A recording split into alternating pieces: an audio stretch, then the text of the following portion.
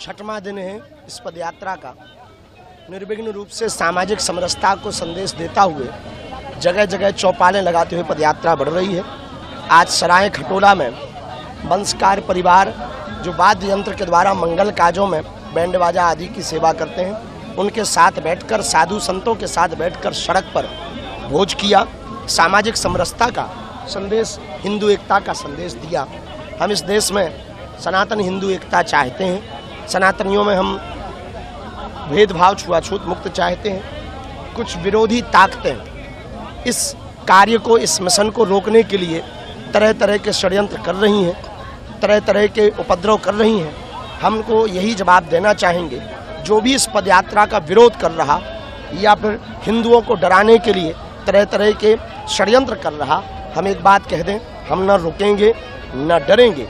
यदि आज भारतीय एक नहीं हुआ, 150 करोड़ लोगों की 150 किलोमीटर की ये पदयात्रा है, यदि सभी एक नहीं हुए तो जो बम धमाका दिल्ली में हुआ है, ऐसा भारत के हर गली कोने में होता दिखाई देगा। इसी के लिए आवश्यकता है एकता की, यूनिटी की।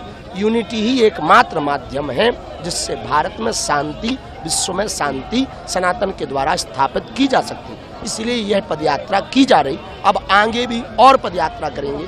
16 तारीख को लाखों सनातनी उन आतंकवादी ताकतों को, देश को तोड़ने वाली ताकतों को, देश में व्यभिचार फैलाने वाली ताकतों को, देश में दंगा करने वाली ताकतों को, जो डॉक्टर मुसलमान पकड़ा गया, इस्लाम धर्म का था, लेकिन उसने देश में करोड़ों लोगों की जान लेने की तैयारी कर रखी थी।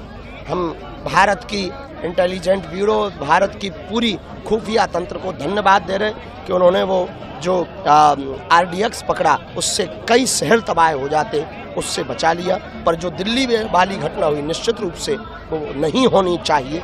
हम इसी आज की पदयात्रा में संपूर्ण भारत को पुनः सामाजिक समरसता के लिए, भारतीय और सनातनी एकता के लिए आह्वान कर रहे हैं कि आओ 16 तारीख को वृंदावन में, वरना हर मोहल्ले में धमाके होंगे।